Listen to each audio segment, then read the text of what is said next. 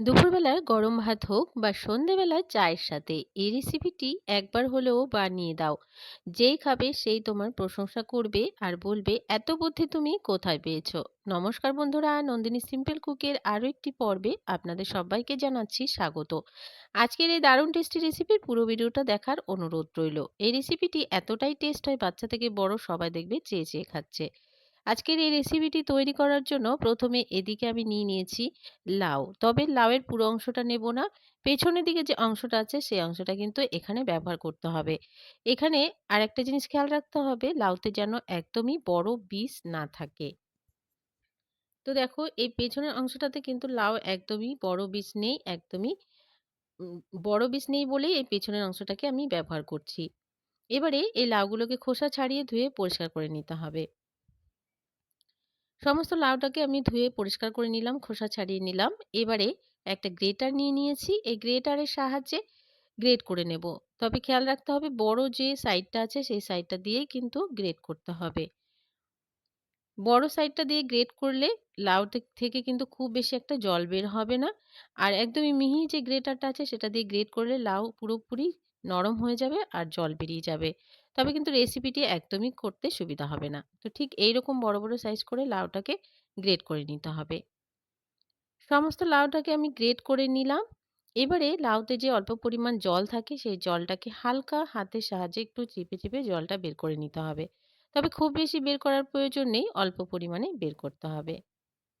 শুধুমাত্র রেসিপিটি তৈরি করার সুবিধার্থেই এই কাজটা করে নিতে হবে। তো আমি সমস্ত লাউ থেকে হালকা করে একটু জলটাকে চিপে চিপে বের করে নিচ্ছি। এই রেসিপিটি এতটাই টেস্ট হয়, বড়রা তো খাবেই, তার সাথে দেখবে বাচ্চারাও চেয়ে চেয়ে খাবে। আর একদমই নতুন একটি রেসিপি। তো বন্ধুরা, সমস্ত লাউ থেকে আমি জলটা বের করে নিলাম হালকা করে। এবারে আবার একটি পাত্রে নিয়ে নিলাম। এবারে এখানে দিয়ে দিচ্ছি একটা কুচনো পেঁয়াজ। একটু বড় সাইজ করে কেটে নিয়েছি পেঁয়াজগুলোকে, আর একটা ব্যবহার করেছি। এবারে দিয়ে দিচ্ছি বেশ খানিকটা ধনেপাতা। এখানে ধনেপাতাটা একটু বেশি পরিমাণে দিতে হবে। দিয়ে দিচ্ছি ১ চামচ পরিমাণ গ্রেট করে রাখা আদা, আর দিয়ে দিচ্ছি ১ চামচ পরিমাণ গ্রেট করে রাখা রসুন। যারা রসুন পেঁয়াজ খান না তারা কিন্তু রসুন পেঁয়াজ ছাড়াও এই রেসিপিটি তৈরি করতে পারবে। এবারে দিয়ে দিচ্ছি কাঁচা লঙ্কা কুচি, দিয়ে দিচ্ছি পরিমাণ মতো লবণ, হাফ চামচ পরিমাণ দিয়ে দিচ্ছি হলুদের গুঁড়ো, হাফ চামচ পরিমাণ দিয়ে দিচ্ছি কাশ্মীরি লাল লঙ্কার গুঁড়ো, আর দিয়ে দিচ্ছি একদমই অল্প পরিমাণে গরম মশলার গুঁড়ো। ১ চামচ পরিমাণ দিয়ে দেবো চিলি ফ্লেক্স, আর দিয়ে দিচ্ছি হাফ চামচ পরিমাণ কালো জিরা। এবারে এখানে দিয়ে দিচ্ছি ১ কাপ পরিমাণ চালের গুঁড়ো। চালের গুঁড়ো না থাকলে বেসন দিয়েও তৈরি করে নিতে পারবে রেসিপিটি। এবারে কোনো রকমে কিন্তু জল ব্যবহার করা যাবে না। মেখে নিতে হবে সমস্ত কিছুকে। পুরোপুরি চালের গুঁড়ি যতটা ছিল সবটাই আমি এখানে ব্যবহার করে নিলাম। ১ কাপ পরিমাণ ছিল। এবারে খুব ভালো করে মেখে নিচ্ছি। তো বন্ধুরা, খুব ভালো করে মেখে নিলাম। একদমই টাইট একটা ডো রেডি করে নিলাম। ঠিক এইরকম ভাবে। এখানে কিন্তু একদমই জল ব্যবহার করা যাবে না।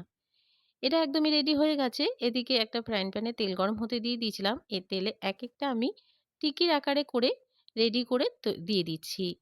আর একদমই গ্যাসের ফ্লেমটাকে লো টু মিডিয়ামে রেখে ভাজতে হবে ক্রিস্পি করে দুপাশটাকে। লো ফ্লেমে ভেজে নিলাম। তো ওই পাশটা হালকা একটু লাল হয়ে গেছে, তো আমি উল্টে পাল্টে অপর পাশটাকেও একটু ভেজে নিচ্ছি। গ্যাসের ফ্লেমটা লোতে রাখলে খুব ভালোভাবে ভাজাটা তৈরি হবে, না হলে কিন্তু ভেতরে কাঁচা থেকে যাবে। তো বন্ধুরা, ২-৩ বার করে উল্টে পাল্টে আমি সবগুলোকে গোল্ডেন ব্রাউন করে ভেজে নিয়েছি ভীষণই ক্রিস্পি করে। যেহেতু চালের গুঁড়ো ব্যবহার করেছি এগুলো কিন্তু ভীষণই মচমচে হয়। এবারে এগুলোকে নামিয়ে নেব। তো বন্ধুরা, সমস্ত রেসিপি আমার তৈরি করে নেওয়া হয়ে গেছে, নামিয়ে নিলাম। এই রেসিপিটি তোমাদের কাছে অনুরোধ রইল একবার হলেও বানিয়ে দেখতে পারো। আজকের রেসিপি ভালো লাগলে একটা লাইক করার অনুরোধ রইল, অনেক অনেক শেয়ার করে দেওয়ার অনুরোধ রইল। নতুন বন্ধু আমার চ্যানেলে নতুন এসে থাকলে আমার চ্যানেলটিকে সাবস্ক্রাইব করে পাশে থাকা বেল আইকনটাকে প্রেস করে অল বাটনে ক্লিক করতে ভুলবে না। এই ধরনের রান্নার নোটিফিকেশনগুলো সবার আগে তোমাদের কাছে পৌঁছে যাওয়ার জন্য। আর আজকের রেসিপিটি অনেক, অনেক শেয়ার করে দেওয়ার অনুরোধ রইল বন্ধুরা।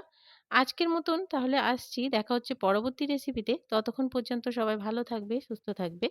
আজকের মতন তাহলে টাটা। আমি একটা ভেঙে দেখিয়ে দিচ্ছি তো দেখে নাও। ভেতরটা একদমই সফট আর বাইরেটা কিন্তু দারুণ ক্রিসপি হয়।